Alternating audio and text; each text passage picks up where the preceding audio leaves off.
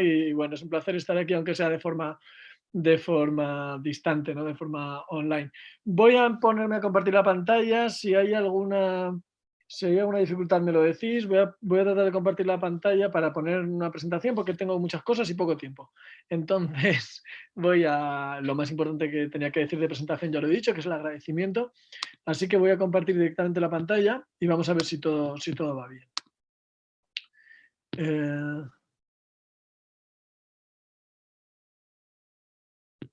Supongo que lo tenéis ya, estáis viendo, ¿no? Si Sí, hay alguna dificultad, decídmelo. ¿Alguien me puede confirmar que se esté viendo la presentación? se ve bien, sí, sí. Muy bien, vale. Bueno, pues entonces voy a hablar del espejismo de la mayoría. Cuando digo las matemáticas del hormiguero no me refiero a ese programa de televisión, sino me refiero a las hormigas, que a todo el mundo le caen muy bien, porque son capaces de hacer cosas estupendas, ¿no? Como, yo qué sé, pues construir puentes entre ellas. Hemos visto un montón de vídeos en donde las hormigas construyen puentes, son súper listas cuando colaboran entre ellas. Es fantástico todo este tema de la inteligencia colectiva que tanto nos admira, ¿no? Y que las hormigas son un ejemplo para ello, ¿no? Y que viene de algo que en ciencias biológicas y en otras ciencias de sistemas se denomina propiedades emergentes. Y propiedades emergentes son aquellas que se dan en un colectivo, en un grupo, en una comunidad, en una red, luego hablaremos de redes, y que no son capaces de explicarse como la suma de las propiedades de cada uno de los elementos, ¿no? De los miembros de esa red, de los elementos de ese grupo, de los individuos. Por ejemplo, un hormiguero o un puente de estos de hormigas no puede explicarse solamente por la biología interna de la hormiga, sino que hay algo, hay una propiedad emergente que surge cuando estas hormigas se unen en un grupo. Y cuando las personas nos unimos en grupos, en redes, en colectividades, también generamos propiedades que no se explican solamente por las capacidades de cada uno de los individuos. Y esto es lo que se ha venido a denominar inteligencia colectiva, pero yo hoy vengo a hablar de otra parte, que es cuando la colectividad falla, y a veces fallamos. Y bueno, vamos a ver por qué y qué matemáticas hay detrás de esto. Lo primero que tengo que explicar es una teoría matemática que es muy conocida, aunque yo quisiera que fuera más, es muy conocida entre los matemáticos, pero esta, por ejemplo, yo creo que podría, y si me lo preguntáis, debería darse en la escuela, yo diría en la secundaria por lo menos, y quizá en la primaria también, y es la teoría de grafos. La teoría de grafos, que una de cuyas hijas es la teoría de redes complejas, es una teoría muy consolidada en matemáticas y bueno, el objeto fundamental de esta teoría son los grafos. Y un grafo es un conjunto de unidades, entidades que llamamos nodos o vértices y que pueden representar cualquier cosa realmente. Bueno, en la teoría de grafos, como nosotros hablamos de teoría, el objeto propio de estudio es el grafo, pero en las aplicaciones estas entidades pueden ser cualquier cosa. Esto podrían ser personas, podrían ser palabras, podrían ser ciudades. Y el segundo elemento de los grafos es conexiones entre estas palabras, entre estas personas, entre estas ciudades, entre estas entidades o individuos o vértices o nodos que forman parte del grafo, ¿no? Por ejemplo, aquí vemos que estos dos estos dos nodos están conectados por una relación. Estas relaciones las solemos llamar lados o conexiones.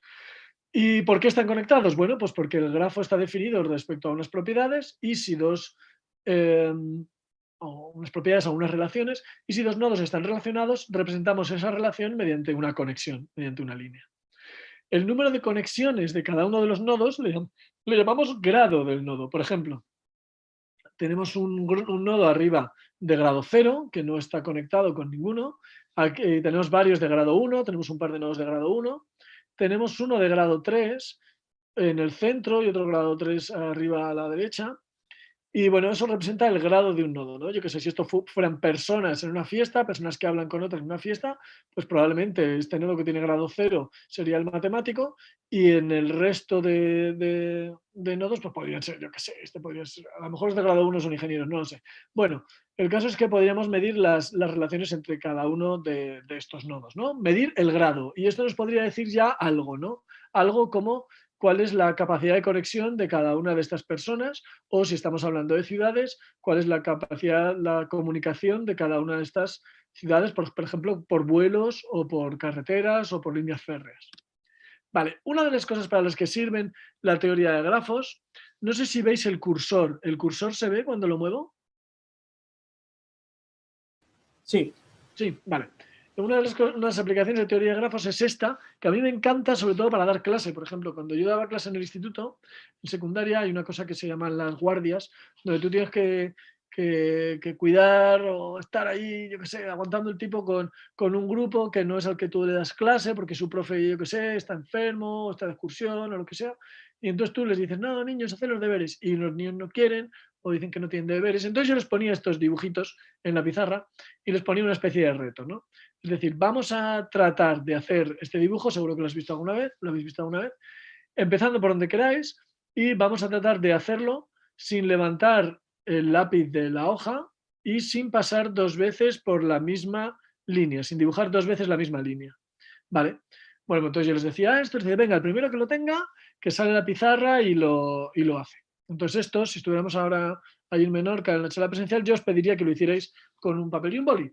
Pero os lo voy a contar un poquito, ¿no? Si veis este primero, yo qué sé, podríamos empezar, por ejemplo, por aquí, por esta esquina, de arriba a la izquierda, y podríamos empezar a hacer primero esta especie de triangulito, luego podría irme hacia este otro triángulo, lo podría hacer entero, me puedo desplazar por esta diagonal, me puedo desplazar por abajo, me puedo desplazar por la otra diagonal y así ya tendría todo, ¿no? Y habría completado el dibujo sin pasar dos veces por la misma línea. Y abajo les pongo otro y les digo, venga, el primero que lo haga, eh, que salga a la pizarra. Y los chavales salen y no sé qué, y lo intentan, y sobre todo los que más guerra dan, lo intentan mucho, y está muy bien porque los otros niños se dan cuenta de que no lo han podido hacer, se ríen de ellos, y bueno, pues es muy bonito, y así, bueno, pues se humilla a la gente en público, que siempre está bien. Bueno, entonces, ¿por qué no se puede hacer? Y hay una explicación que tiene que ver con la teoría de grafos, ¿no? En este tipo de dibujos, estos recorridos que digo se llaman recorridos eulerianos, y podemos interpretar el dibujo como un grafo, donde las esquinas serían puntos, serían los nodos, y las líneas serían las conexiones. Entonces, es fácil ver, es un teorema, que si el grado de todos los nodos de este dibujo es par, el dibujo se puede hacer con esas condiciones, de pasar por todos los nodos sin pasar dos veces por la misma conexión. Si todos los nodos tienen grado par menos uno, entonces se puede hacer también, pero hay que empezar por el que tiene grado impar, empezar o terminar. Si todos los nodos tienen grado par menos 2, también se puede hacer, pero hay que empezar por uno de los de grado impar y terminar por el otro. Y si hay más de dos nodos con grado impar, entonces el dibujo nunca se podrá hacer. Y si veis, el dibujo de abajo tiene 1, este de la izquierda, 2, el del centro, 3, este de arriba, y 4 nodos con grado impar. Por tanto, este dibujo no se puede hacer, aunque seas Alex, no se puede hacer, no, es imposible. Este dibujo no se va a poder hacer, hay un teorema que te explica por qué no se puede hacer. Y tiene sentido, lo de los nodos impares, porque cada vez que pasamos por una esquina, digamos, usamos uno de los lados que inciden en ella para entrar y otro para salir. Así que cada paso implica la cancelación, digamos, de dos nodos, ¿no? Siempre que entramos tenemos que salir. Así que si tenemos uno impar, no vamos a poder entrar y salir el mismo número de veces, vamos a tener que o bien salir una sola vez o bien entrar una sola vez. Así que si hay algunos impares, por cada uno de los impares que haya, a la hora de entrar o salir, no vamos a tener que regresar de alguna forma para volver a entrar o para volver a salir. Así que no se va a poder hacer. Bien, esto es una aplicación lúdica, digamos, de la teoría de grafos, pero quiero daros más, ¿no? Cuando estudiamos grafos, estudiamos a veces lo usamos para estudiar redes. Estas son redes complejas y aquí, bueno, esta red de aquí es bastante complicada, ¿no? Si tuviéramos que calcular los grados de los nodos, pues nos podríamos pasar un tiempo. Por suerte hay algoritmos que lo hacen, hay muchos algoritmos en teoría de grafos. Yo os animo a que lo miréis. Si alguien usa Python, por ejemplo, tenéis una muy buena librería llamada Networks, acabada en X, que os puede ayudar a estudiar grafos y redes complejas, ¿no? Y aquí tenemos tres modelos, el modelo de mundo pequeño, el modelo de scale free y el modelo aleatorio. Este es el modelo Erdos-Renyi, de, de, de redes aleatorias que nos pueden servir para estudiar redes complejas. Entonces, la teoría de redes es una hija de la teoría de grafos que utiliza además métodos estadísticos y métodos propios que ha generado la propia teoría. Es una de las teorías más interesantes ahora mismo y que se utilizan para muchísimas cosas. Es ubicua. La teoría de redes complejas está muy, muy presente. Yo, por ejemplo, doy clase en un máster de teoría de datos, de ciencia de datos, y es uno de los modelos que explico, ¿no? Los datos, cuando los datos podemos formar redes entre ellos, tenemos que echar mano de la teoría de redes y de la teoría de grafos. ¿Qué estudiamos en teoría de grafos? Pues, por ejemplo, propiedades de los nodos, ¿no? Si veis el grafo de aquí arriba, tenemos bueno, pues un grafo pequeño donde cada nodo tiene un número y ese número, yo creo que lo veis fácil, es el grado de cada uno de los vértices del nodo.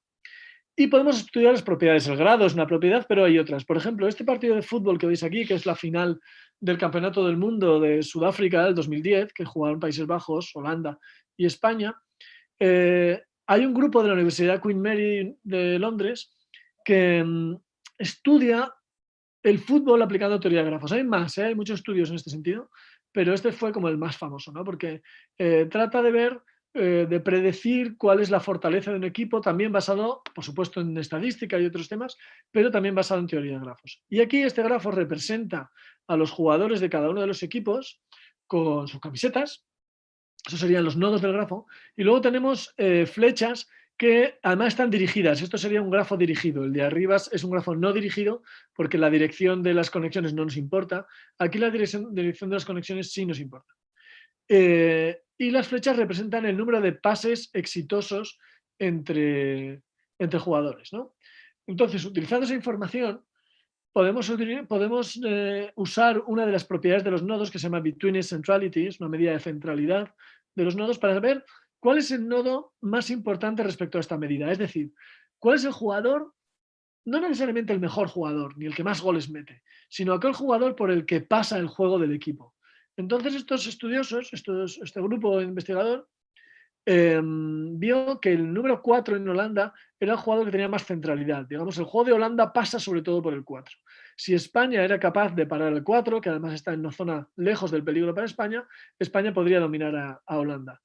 Y sin embargo, en España había dos jugadores que tienen más centralidad, que eran Xavi e Iniesta, que estaban en zona de peligro para Holanda, que en aquel momento además eran los mejores jugadores del mundo. Y entonces Holanda, para parar a España, debía parar a Xavi e Iniesta. Por tanto, este estudio decía, España va a dominar el partido. En fútbol eso no necesariamente implica que vayan a ganar el partido, pero bueno, pero que podían dominarlo, ¿no? Como así fue, y de hecho España ganó ese partido, que bueno, se lo adivinó el pulpo ese también, el pulpo Paul que había, pero sin tanta mate, la verdad. Pero bueno, el pulpo ese se murió y ya está, y estos siguen trabajando y utilizando esas matemáticas en el fútbol que se utilizan mucho, muchísimo, y cada vez más. Otra cosa que podemos estudiar en los grafos, en las redes, son las conexiones. Veis en el ejemplo arriba que hay una de las conexiones que es especial, que es esta conexión que he puesto aquí en rojo. ¿Por qué es especial? Porque es la única conexión en este grafo que si la corto, divido la red en dos partes inconexas entre sí, ¿no? Lo que se llaman dos componentes conexas. Y eso pasa solo con esa. Cualquier otra que corte, la red sigue estando conectada entre sí, ¿no? Entonces, es una medida de la conectividad de esa red. Esto se ha aplicado, este es un estudio de 2019, se ha aplicado, por ejemplo, a la distribución de pandemias a través de aeropuertos. Aquí hay una simulación, aquí está el H1N1 y aquí está el SARS de 2003.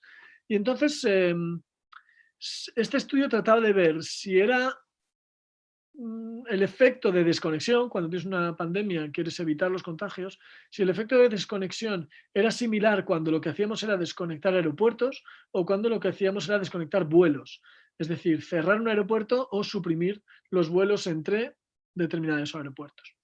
Porque claro, esto económicamente es muy relevante, no es lo mismo cerrar el aeropuerto de Madrid o de Frankfurt, que eso afecta al tráfico mundial, que cerrar los vuelos entre Madrid y Frankfurt, que afecta a los pasajeros, pero bueno, hay alternativas, ¿no? Bueno, entonces se vio que el efecto de las conexiones era bastante similar al efecto de cerrar los aeropuertos. Así que es un estudio bastante relevante que tiene que ver con conexiones de los nodos. Una tercera cosa que podemos estudiar en las redes, en los grafos, es propiedades de la red como un todo. Es decir, considerar como objeto de estudio a la propia red. Y aquí, digamos, uno de los estudios principales es el estudio de comunidades. Aquí tenéis un grafo donde algunas de las comunidades están pintadas en distinto color. Eso significa que esos nodos tienen que ver entre sí más que con el resto de la red. Esto se utiliza, por ejemplo, para publicidad segmentada, para enviar anuncios del mismo producto, pero anuncios diferentes a distintas comunidades, porque lo van a recibir de forma diferente.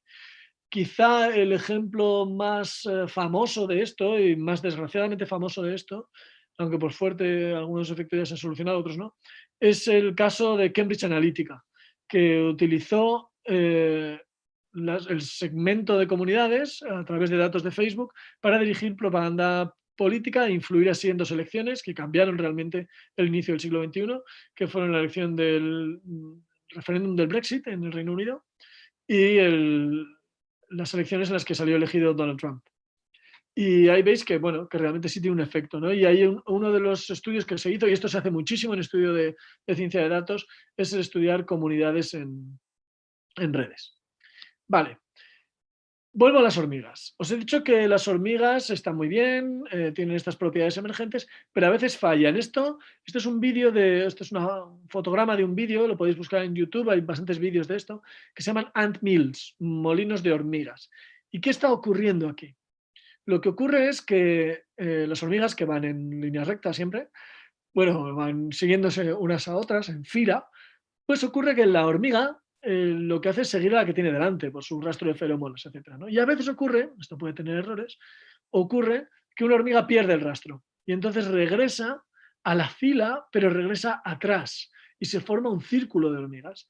Las demás la van siguiendo, se va formando un círculo con ese hormiguero que no sale de sí porque pierde la dirección y entonces se produce este ant mill, ¿no? Este molino de hormigas en el que las hormigas pueden morir. Realmente ese hormiguero puede morir si esto se da. Este fenómeno, que yo lo conocí por un artículo de Wagensberg y su hijo, Jorge Wagensberg y su hijo, tiene que ver con lo que ellos llaman el síndrome del error colectivo, el síndrome de la ignorancia colectiva, que es que en ciertas condiciones, y ellos dan condiciones matemáticas en las que esto se produce, en ciertas condiciones los errores de los individuos se multiplican en la comunidad. Es decir, la comunidad eh, en global falla más que lo que fallan sus individuos. Y esto se da, por ejemplo, en unas situaciones que son relevantes para el caso que nos ocupa hoy, para las charlas STEM en las que estamos, y es que cuando hay que tomar decisiones políticas que tienen una componente tecnológica, si un parlamento no está formado tecnológicamente, eh, puede tener más errores que cada uno de los miembros de ese Parlamento. Y se han dado casos en los que se han votado decisiones que tecnológicamente no tenían ningún sentido. Probablemente por desoír a las asesorías técnicas y por este efecto de amplificación de los errores individuales. Bien, paso para adelante y voy, ya para cumplir con el tiempo, al último efecto que quería comentaros, que es el espejismo de la mayoría. Mirad esta red. Tenemos una red, puede ser una red social, en la que hay dos opiniones. Una opinión es blanco y otra opinión es rojo. Y nosotros queremos saber cuál es la opinión mayoritaria en la red. Si la vemos desde fuera, como lo estamos viendo ahora, es claro, la opinión mayoritaria es blanco y la minoritaria es rojo. Pero si somos miembros de esa red, si fuéramos uno de esos nodos, no podríamos ver la red así desde fuera. Así que, ¿cómo podríamos saber cuál es la opinión mayoritaria? Pues haciendo una encuesta, ¿no? Podemos preguntar a los otros nodos, a todos los nodos, decir, oye, ¿tú cuál dirías que es la opinión mayoritaria? Entonces, si preguntamos a este nodo, por ejemplo, que tiene tantas conexiones, él nos va a decir, mira, pues yo tengo un blanco, yo mismo opino blanco, otro amigo mío opina blanco, blanco, blanco, rojo. Bueno, hay alguna gente que opina rojo, pero la opinión minoritaria es blanco. Si pregunto a este, me dirá, bueno, yo blanco, blanco, blanco, mis amigos. La opinión es blanco. Este que solo tiene un amigo, entonces el matemático diría, opinión blanco. Este que tiene uno blanco, otro blanco, otro blanco. Este dice, hombre, yo opino rojo, pero aquí veo que mis amigos, que tengo dos, opinan blanco. Así que la opinión mayoritaria es blanco. Si preguntamos a todos, todos nos van a decir que la opinión mayoritaria es blanco. Así que el diagnóstico es correcto. Pero si os fijáis, esta es la misma red, exactamente la misma red, con el mismo número de nodos, con las mismas conexiones. Si ahora hacemos la encuesta y yo le pregunto a este, él me va a decir, bueno, yo opino blanco, pero mis amigos 1 y 2 opinan rojo. Yo creo que la opinión mayoritaria en esta red es rojo. Este otro, que tiene tantos amigos, dirá, bueno, yo opino blanco, pero aquí hay un rojo, blanco, rojo, rojo. Habemos algunas personas que opinamos blanco, pero la opinión mayoritaria es rojo. Este diría, bueno, pues mira, yo opino blanco, pero todo el mundo opina rojo. La opinión mayoritaria es rojo. Si preguntamos a este nos va a decir, no, la opinión mayoritaria es blanco.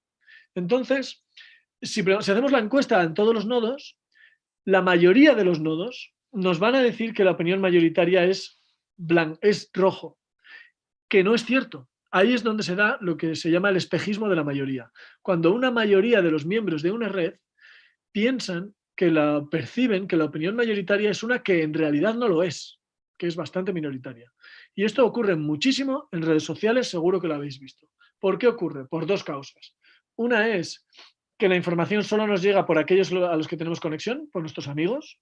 Y otra es que algunos de los nodos más influyentes en la red, serían los influencers de esta red, transmiten su opinión de una forma que parece que es mucho más visible de lo que es. Esto, por ejemplo, tiene efectos, no sé si positivos o negativos, dependiendo de las opiniones que son. ¿No? El negativo es que, desde luego, el efecto negativo es claro y no estamos haciendo un diagnóstico adecuado de la realidad. Y cualquier intervención que hagamos sobre la realidad necesita un diagnóstico adecuado. Pero es que además, si esas opiniones son negativas, como son, por ejemplo, las opiniones de teorías de conspiración sobre vacunas, por ejemplo, que hemos visto a algunos personajes famosos emitir sus opiniones, esas opiniones parece que son más mayoritarias de lo que en realidad son.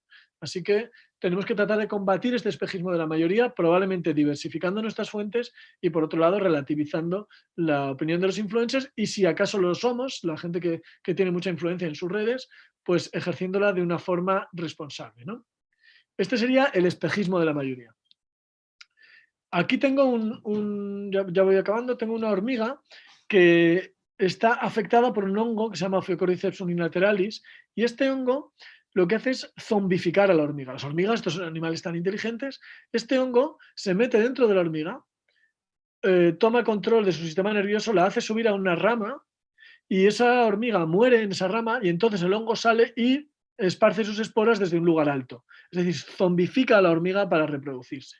Aquí la hormiga hace caso a una opinión que no es la suya, vive en un mundo, digamos, controlado por un hongo.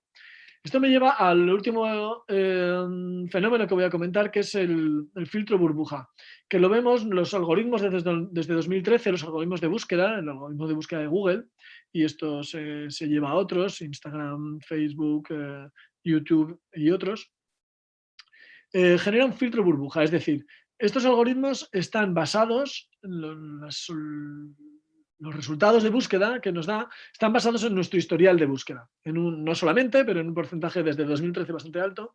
¿Y eso qué hace? Hace que nos metamos en burbujas de gusto o de opinión. Es decir, si a mí me gusta un cierto tipo de música, el death metal, pues el algoritmo de YouTube me va a recomendar más death metal, a lo mejor algunos que ya conozco y otros que no, pero yo no voy a enterar, por ejemplo, que existe la salsa o viceversa. No es que la considere negativa, simplemente no la voy a ver. Y si luego la veo en la calle, me va a parecer algo extraño, porque sale de mi burbuja. Entonces, este filtro se está estudiando ahora mismo si esto produce polarización política y otro tipo de polarizaciones, porque vivimos en burbujas que también nos hacen, de nuevo insisto en este tema, tener un diagnóstico equivocado de la realidad. Este filtro burbuja, por ejemplo, se estudió, pongo el mismo ejemplo de antes, en la sorpresa que produjo entre los analistas el triunfo de Donald Trump hace 4 años.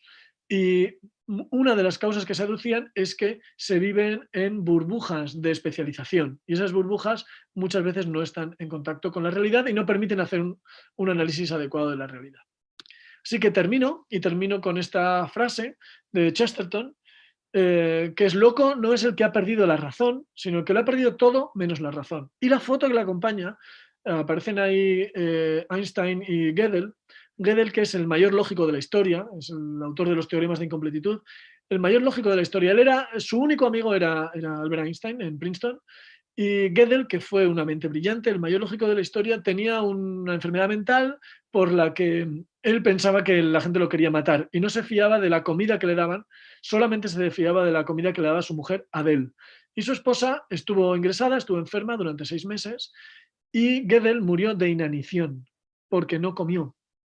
Es decir, una de las mentes más brillantes del siglo XX, perdón, un siglo que dio muchas mentes brillantes, el mayor lógico de la historia murió de inanición. Él no había perdido la razón, su estructura interna mental, lógica, estaba muy bien. Había perdido todo contacto con la realidad. Y bueno, un poco la reflexión que traigo al final de la charla es esa, ¿no? Nosotros estamos en un mundo cada vez más conectado, cada vez más y mejor conectado, tenemos unas herramientas maravillosas, no perdamos el contacto con la realidad porque es lo que nos puede hacer caer en esos molinos de hormigas, ¿no? Si nuestra sociedad se deja llevar por este análisis erróneo de la realidad. Os dejo aquí mis contactos por si queréis hacer alguna pregunta en algún momento y bueno, yo por mí pues termino en este momento y dejamos un espacio por si hay preguntas. No, sí, bueno, han puesto una pregunta en el chat que es: ¿en esta inspirada la película Una mente maravillosa? No, Una mente maravillosa está inspirada en John Nash, que John Nash murió hace unos pocos años, es la única persona que tiene un premio Nobel y un premio Abel, y John Nash se dedicaba a teoría de juegos. También tuvo una enfermedad mental, John Nash, y él se dedicaba a teoría de juegos, que es una teoría que también tiene relación con la teoría que hemos visto hoy y que se aplica sobre todo en economía.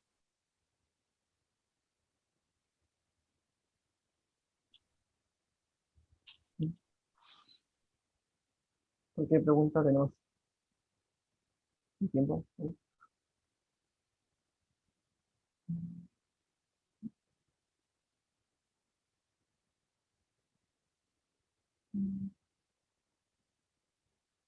Sí, tenemos 10 minutos si queréis hacer alguna pregunta más. Sí, si no, bueno, ahí tenéis eso también el contacto y podemos hablar en otros momentos.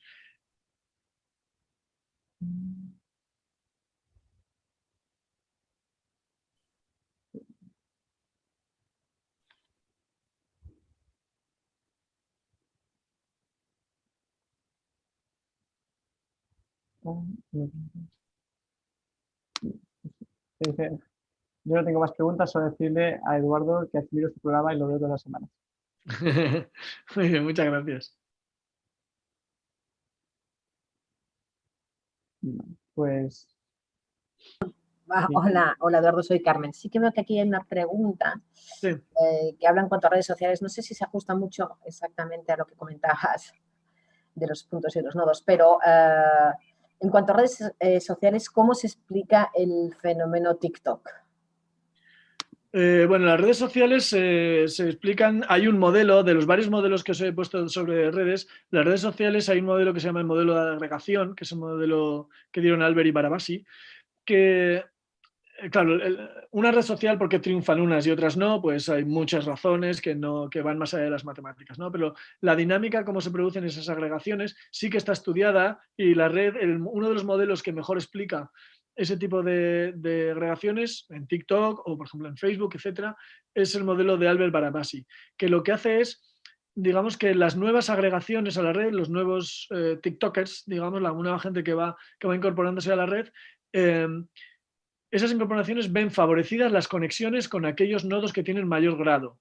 Es decir, hay una dinámica en ese tipo de redes sociales que lleva a que la gente, digamos, famosa vaya creciendo mucho más rápido que otros. Entonces se produce un desequilibrio, una disparidad en cuanto a la presencia de esos miembros, ¿no? Y se generan esos influencers que decíamos.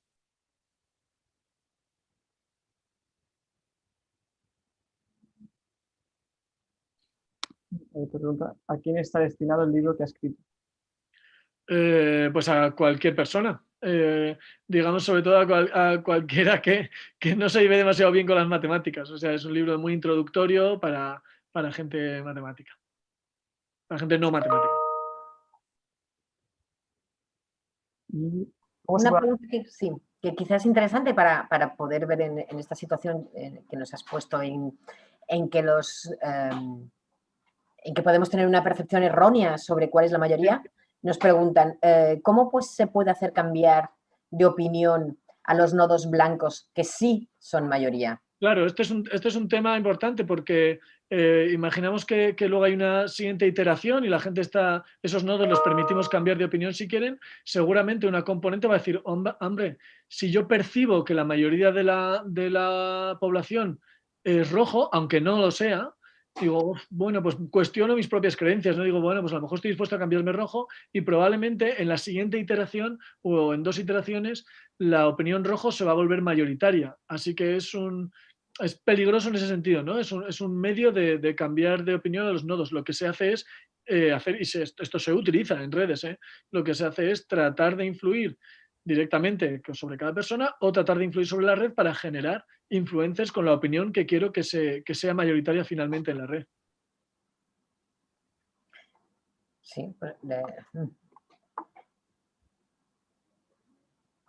no, muchas gracias. Realmente en la generación de opiniones esto cada vez está cogiendo y se está viendo un Sí. efecto más en parte preocupante, ¿no? Porque desfigura, como bien dices tú, la situación de la realidad.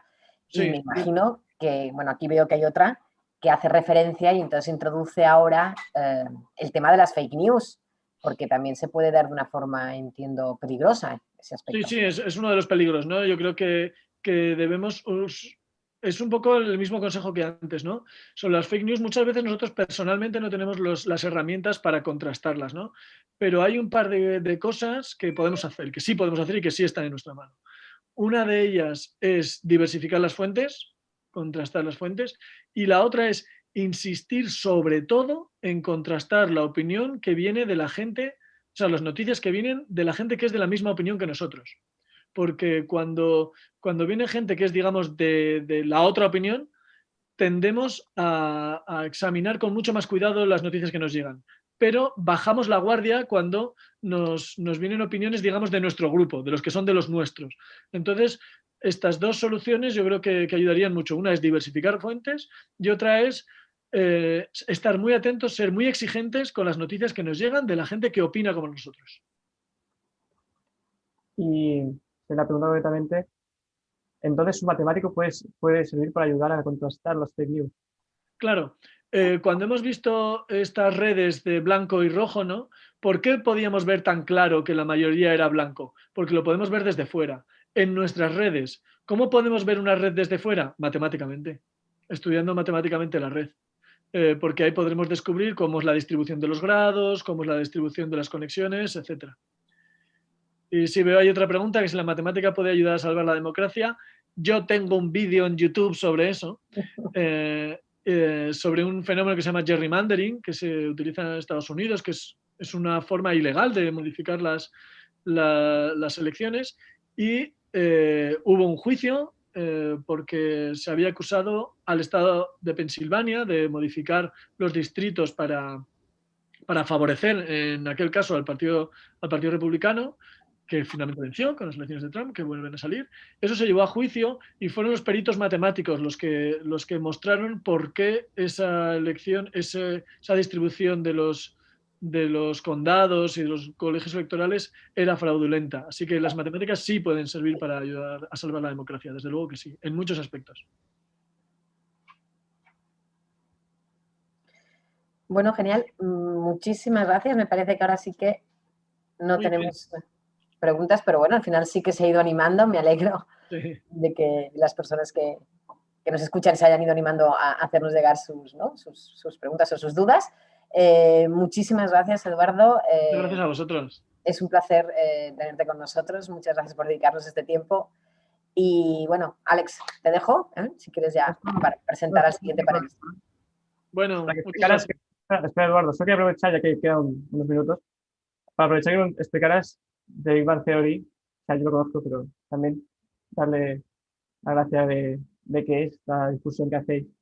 Bueno, Big Bang es un grupo lo que hacemos es monólogos científicos, un tipo stand-up, ¿no? De club de la comedia, pero con ciencia, porque entendemos también que se puede utilizar el humor como un vehículo para transmitir ciencia y sobre todo para generar el interés por la ciencia. Así que yo creo que para la próxima edición de estas STEM Talks que sea presencial, pues ahí estaremos actuando. Genial, perfecto. Genial, tomamos nota, Eduardo. Muy O sea bien. que bueno, ya os podéis casi bloquear. El jueves y viernes, es como el penúltimo o el último jueves y viernes de enero del año que viene, que nos Perfecto. encantará seguro teneros aquí. Y sí que es cierto que en esa parte importante que hace, bueno, que queremos abordar, que es la vocación de el fomentar vocaciones tecnológicas, pues claro que sí que el humor es algo muy humano, y que también tiene que estar presente en las tecnologías. Sí, de hecho, con el grupo hicimos un estudio científico sobre eso que está publicado y los podéis ver también. Fantástico. Bueno. Muchísimas gracias y un saludo desde Menorca. Esperamos que el año que viene sea humano y físico. Sí. Un abrazo. Gracias. Un abrazo. Nos ha encantado contar contigo al fin, después de 6 años, en el primero tenías que venir, como hemos dicho, que hacía algún problema, pero ha sido genial escucharte y muchas gracias por haber estado con nosotros. Muchas gracias a vosotros. Hasta luego. Adiós.